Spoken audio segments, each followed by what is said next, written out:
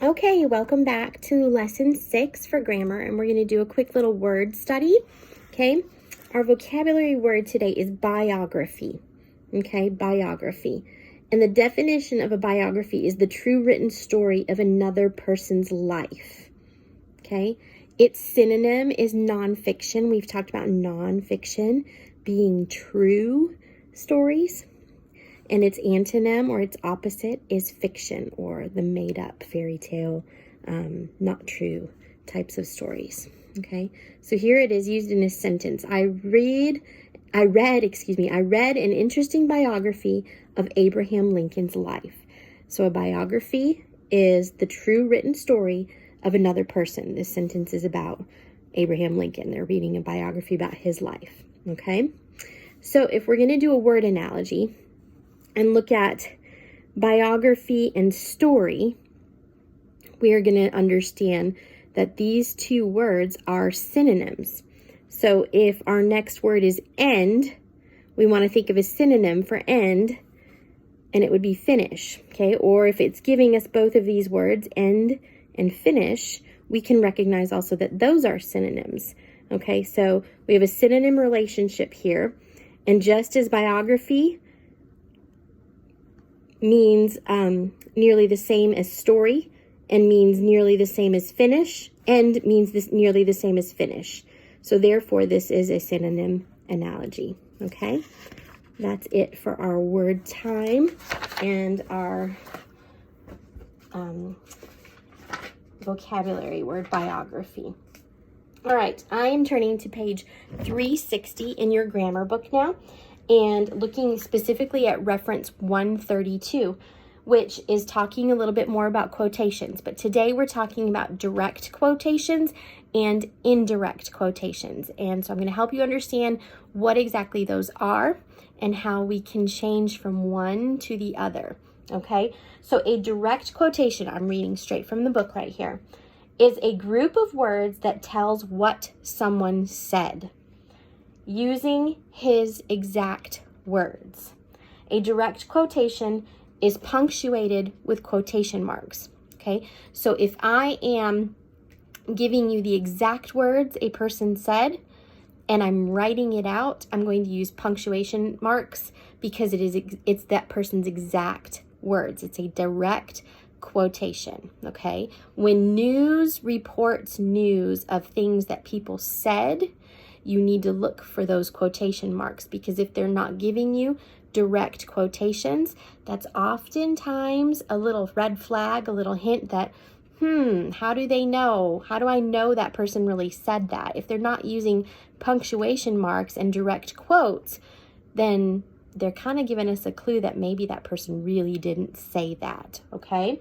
All right, so now an indirect quotation is a sentence telling us what someone said without using his or her exact words.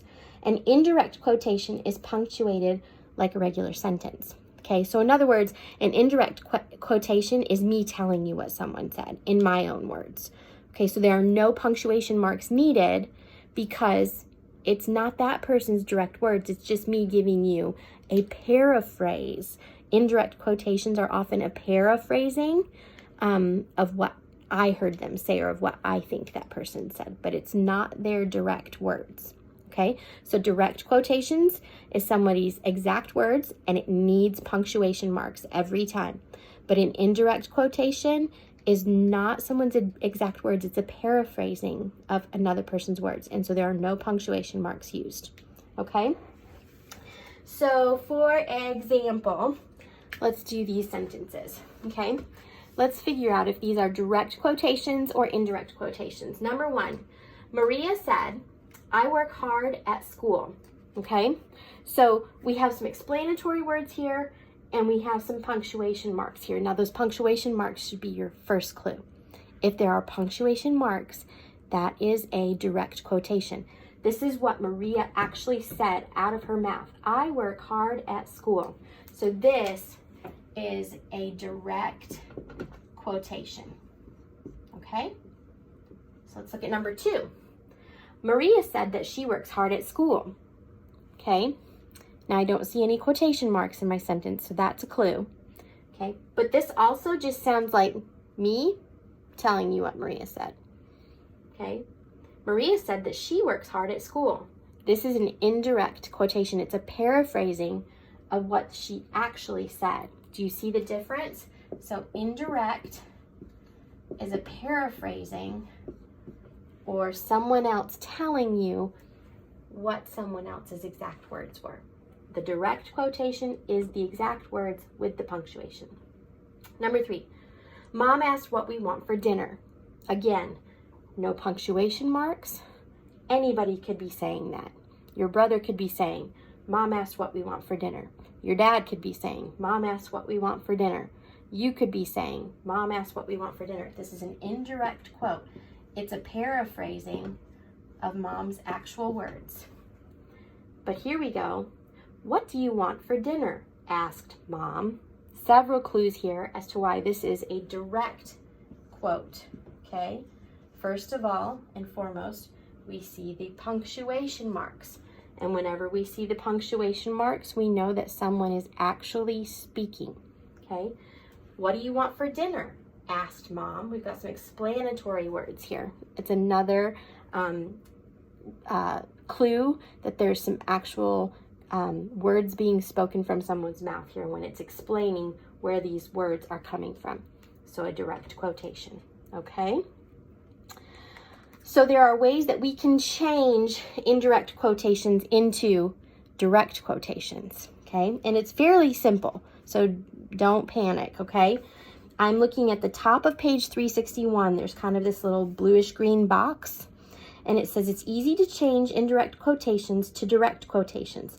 Just follow these steps, and here are the 3 steps, okay? Number 1, change the indirect words to the speaker's exact words. Number 2, add the appropriate explanatory words. Remember, a direct quotation always needs to explain who or what is speaking the words, okay? There always need to be some explanatory words in a direct quotation. And the 3rd step is to add the correct capitalization and punctuation for a direct quotation, because those direct quotations are always going to have punctuation marks and often commas, and they always need end marks, okay? So let's try this a minute, okay? The fireman shouted at us to stop, drop, and roll, okay? I have no punctuation here. This is an indirect quote. Anybody could be saying, the fireman shouted at us to stop, drop, and roll.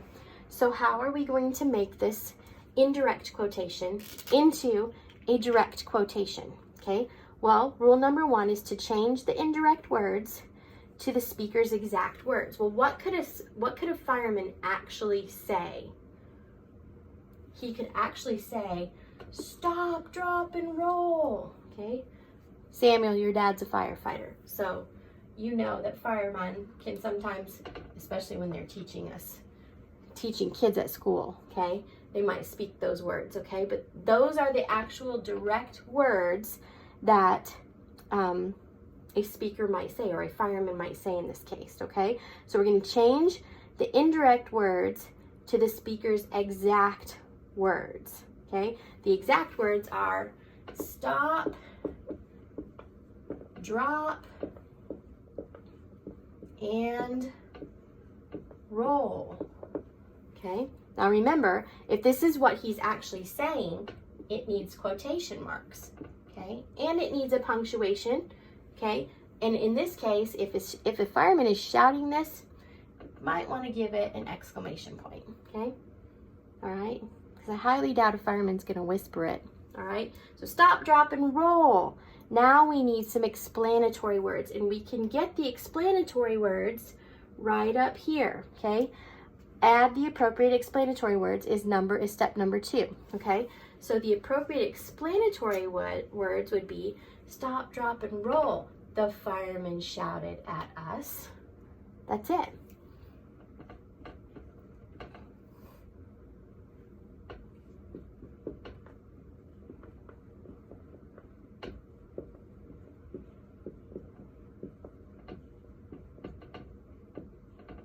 Okay, remember, when there's a beginning quotation, It is not capitalized after the punctuation marks, okay?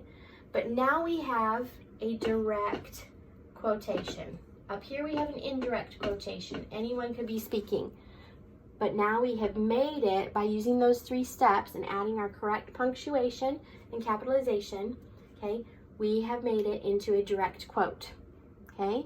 So all we have to do to change an indirect quotation to the direct quotation is follow those 3 steps to change the indirect words to the speaker's exact words. The fireman is actually saying stop, drop, and roll.